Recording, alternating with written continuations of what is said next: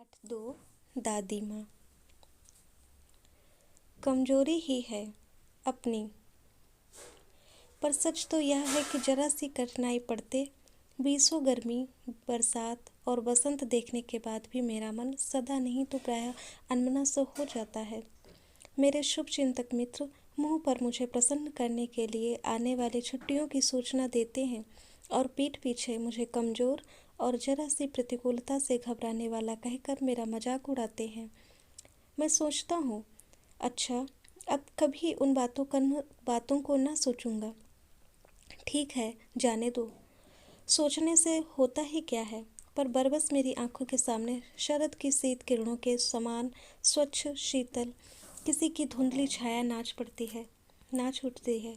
मुझे लगता है जैसे क्वार के दिन आ गए हैं। मेरे गांव के चारों ओर पानी ही पानी हिलोरें ले रहा है। दूर के सिवान से बहकर आए हुए मोथा और साई की अधगली घासें, घेऊर और वनप्याज की जड़ें तथा नाना प्रकार की बरसाती घासों के बीच सूरज की गर्मी में खौलते हुए पानी में सड़कर एक विचित्र गंध छोड़ रहे हैं। रास्तों में कीचड़ सूख गया है और गांवों के लड़के किनारों पर झाग भरे जलाशयों में धमाके से कूद रहे हैं। अपने अपने मौसम की अपनी अपनी बातें होती हैं। आषाढ़ में आम और जामुन ना मिले, चिंता नहीं। अगहन में चिवड़ा और गुड़ ना मिले, दुख नहीं। चैत के दिनों में लाई के साथ गुड़ की पट्टी ना मिले, अफसोस नहीं। पर क्वार के दिनों में इस गंधपूर्ण झाग भरे जल में कूदना ना हो तो बड़ा बुरा मालूम होता है। मैं भीतर हुड़क रहा था। 2-1 दिन ही तो कूद सका था, नहा धोकर बीमार हो गया। हल्की बीमारी ना जाने क्यों मुझे अच्छी लगती है। थोड़ा थोड़ा ज्वर हो, सर में साधारण दर्द हो और खाने के लिए दिन भर नींबू और साबु, लेकिन इस बार ऐसी चीज़ नहीं थी। ज्वर में जो चढ़ा तो चढ़ता ही गया, रजाई पर रजाई, और उतरा रात 12 बजे के बाद। दिन में मैं चादर लपेटे सोया था। दादी माँ आई, शायद नहा कर आई थी। उसी झाग वाले जल में पतले दुबले स्नेह सने शरीर पर सफ़ेद किनारीहीन धोती, सन से सफ़ेद बालों के सिरों पर सद्या टपके हुए जल की शीतलता। आते ही उन्होंने सर पेट छुए, आंचल की गांठ खोली, किसी अदृश्य शक्तिधारी के चबूतरे की मिट्टी मुंह में डाली, माथे पर लगाई। दिन रात चारपाई के पास बैठी रहती, कभी पंखा झलती, कभी जलते हुए हाथ पैर कपड़े से सहलाती, सर पर दालचीनी का लेप करती और 20 बार छू छू कर ज्वर का अनुमान करती।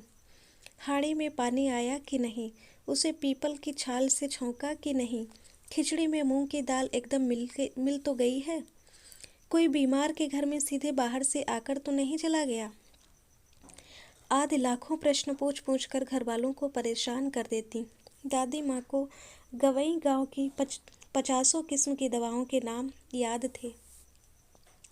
गांव में कोई बीमार होता उसके पास पहुंचती और वहां भी वही काम, हाथ छूना, माथा छूना, पेट छूना, फिर भूत से लेकर मलेरिया, सरसाम, निमोनिया तक का अनुमान विश्वास के साथ सुनाती।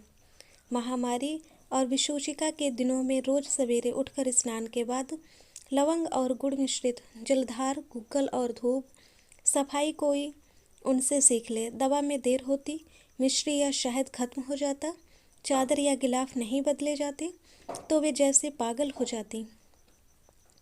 बुखार तो मुझे अब भी आता है। नौकर पानी दे जाता है, मेस महाराज अपने मन से पकाकर खिचड़ी या साबू, डॉक्टर साहब आकर नाड़ी देख जाते हैं और कुनैन मिक्सर की शीशी को तिताई के डर से बुखार भाग भी जाता है। पर ना जाने क्यों ऐसे बुखार को बुलाने का जी नहीं होता। किशन भैया की शादी ठीक हुई। दादी माँ के उत्साह और आनंद का क्या कहना। दिन भर गायब रहती, सारा घर जैसे उन्होंने सिर पर उठा लिया हो। पड़ोसने आती, बहुत बुलाने पर दादी माँ आती। बहन बुरा न मानना, कार पड़ोसन का घर ठहरा, एक काम अपने हाथ से ना करो तो होने वाला नहीं। जानने को यूँ सभी जानते थे कि दादी माँ कुछ करती नहीं, पर किसी काम में उनकी अनुपस्थिति वस्तुतः विलंब का कारण बन जाती। उन्हीं दिनों की बात है कि एक दिन दोपहर को मैं घर लौटा। बिहारी बाहरी निकसार में दादी माँ किसी पर बिगड़ रही थीं। देखा, पास के कोने में दुबकी रातमी की चाची खड़ी है। सो ना होगा धन्नो, रुपए मैं सूद के आज दे दे। तेरी आंख में तो शर्म है नहीं। मांगने के समय कैसी आई थी, पैरों पर नाक रगड़ती फिरी, किसी ने एक पाई भी ना दी। अब लगी है आजकल करने फसल में दूंगी। अब क्या तेरी खातिर दूसरी फसल कटेगी? दूंगी मालकिन। रामी की चाची रोती हुई दोनों हाथों से आंचल पकड़े दादी माँ के पैरों की ओर झुकी। बिटिया की शादी है, आप न दया करेंगी तो उस बेचारी का निस्तार कैसे होगा? हट हट, अभी नहा के आ रही हूँ। दादी माँ पीछे हट गईं। जाने दो दादी, मैंने इस अप्रिय प्रसंग को हटाने के गर्ज से कहा। बेचारी गरीब है, दे देगी कभी। चल चल, चला है समझाने। मैं चुपके से आंगन की ओर चला गया। कई दिन बीत गए, मैं इस प्रसंग को एकदम भूल सा गया था। एक दिन रास्ते में रामी की चाची मिली। वह दादी को पूतो फलो दूधो नहाओ का आशीर्वाद दे रही थी। मैंने पूछा, क्या बात है धन्नो चाची? तो उसने विफल होकर कहा, उरिन हो गई बेटा, भगवान भला करे। हमारी मालकिन का कल ही आई थी, पीछे का सभी रुपया छोड़ दिया, ऊपर से 10 रुपए का नोट देकर बोली, देखना धन्नो, जैसे तेरी बेटी वैसे मेरी। 10-5 के लिए हंसाई ना हो, देवता है बेटा, देवता। उस रोज तो बहुत डांट रही थी। मैंने पूछा, वह तो बड़े लोगों का काम है बाबू, रुपया देकर डांटे भी ना तो लाभ क्या? मैं मन ही मन इस तर्क पर हंसता हुआ आगे बढ़ गया।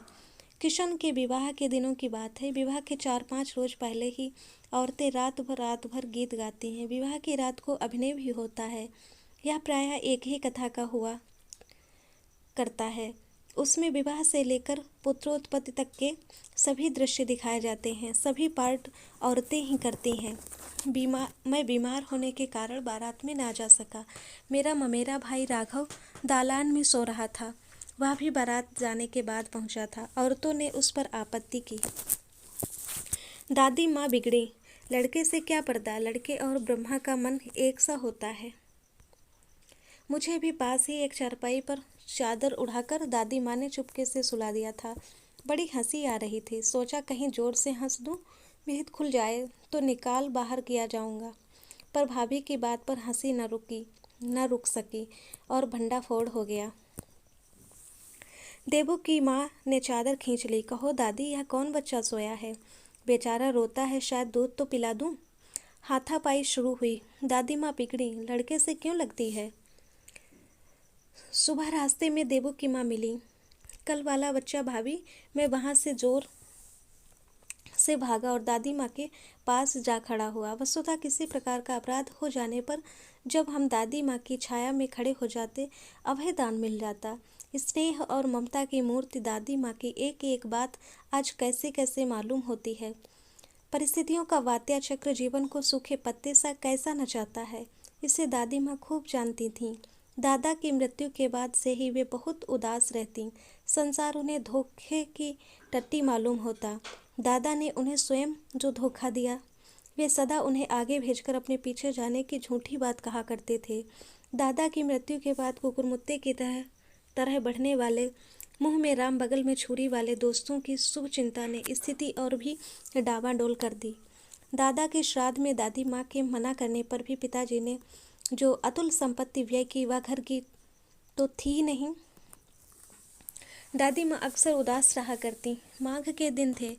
कड़ाके का जाड़ा पड़ रहा था। पछुआ का सन्नाटा और पाले की शीत हड्डियों में घुसी पड़ती। शाम को मैंने देखा दादी माँ गीली धोती पहने कोने वाले घर में एक संदूक पर दिया जलाकर हाथ जोड़कर बैठी हैं। उनकी स्नेह कातर आंखों में मैंने आंसू कभी नहीं देखे थे। मैं बहुत देर तक मन मारे उनके पास बैठा रहा। उन्होंने आंखें खोली। दादी माँ, मैंने धीरे से कहा, क्या है रे, तू यहाँ क्यों बैठा है? दादी माँ, एक बात पूछूं, बताओगी ना? मैंने उनकी स्नेहपूर्ण आंखों की ओर देखा। क्या है, पूछ। तुम रोती थी? दादी माँ मुस्कराई। पागल, तूने अभी खाना भी नहीं खाया ना? चल चल। धोती तो बदल लो दादी माँ, मैंने कहा। मुझे सर्दी गर्मी नहीं लगती बेटा। वे मुझे खींचती रसोई में ले गईं। सुबह मैंने देखा चारपाई पर बैठे पिताजी और किशन भैया मन मारे कुछ सोच रहे हैं। दूसरा चारा ही क्या है, बाबू बोले। रुपया कोई देता नहीं, कितने के तो अभी पिछले भी बाकी हैं। वे रोने रोने से हो गए। रोता क्यों है रे, दादी माँ ने उनका हाथ सहलाते हुए कहा। मैं तो अभी हूँ ही। उन्होंने संदूक खोलकर एक चमकती सी चीज़ निकाली। तेरे दादा ने यह कंगन मुझे इसी दिन के लिए पहनाया था। उनका गला भर आया। मैंने इसे पहना नहीं, इसे सहेज कर रखती आई हूँ। यह उनके वंश की निशानी है। उन्होंने आंसू पोंछ कर कहा। पुराने लोग आगा पीछा सब सोच लेते थे बेटा। सचमुच मुझे दादी माँ शाप भ्रष्ट देवी से लगी। धुंधली काया विलीन हो गई। मैंने देखा दिन काफ़ी चढ़ाया। पास के लंबे खजूर के पेड़ से उड़कर एक कौवा अपनी घिनौनी काली पांखें फैलाकर मेरी खिड़की पर बैठ गया। हाथ में अब भी किशन भैया का पत्र कांप रहा है। काली चींटियों से कतारें धूमिल हो रही हैं। आंखों पर विश्वास नहीं होता। मन बार बार अपने से ही पूछ बैठता है, क्या सचमुच दादी माँ नहीं रही? शिव प्रसाद सिंह। आज के वीडियो के अंतर्गत बस इतना ही। अगले वीडियो में हम इस पाठ के प्रश्नोत्तर लेकर के आएंगे। तब तक के लिए नमस्कार, धन्यवाद, जय हिंद।